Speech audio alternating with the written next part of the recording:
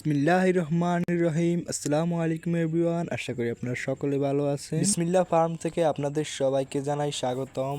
আলহামদুলিল্লাহ, আল্লাহ তাআলার অশেষ রহমতে আমরা 350 কোয়েল পাখির ডিম ইনকিউবেটরে দিয়েছি। আপনারা যারা ইনকিউবেটরে ডিম দেওয়ার নিয়ম কানুন জানেন না, তাদের জন্য এই ভিডিওটি সম্পূর্ণ দেখতে থাকুন না টেনে।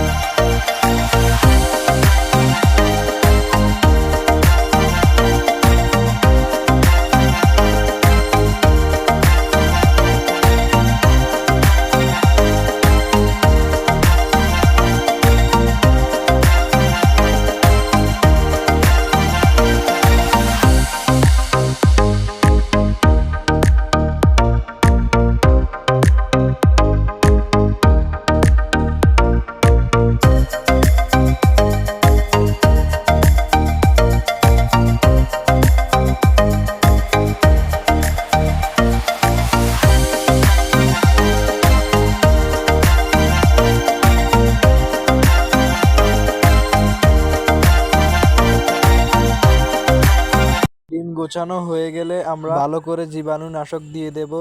আমরা পটাশ দিয়ে দিচ্ছি, আপনারা চাইলে স্যাভলনও দিতে পারেন। তারপরে আপনাকে অবশ্যই আধা ঘন্টা ডিমগুলোকে শুকিয়ে নিতে হবে। ডিমগুলো শুকিয়ে গেলে তারপরে ইনকিউবেটর ডিমগুলো দিতে হবে। সুবহানাল্লাহি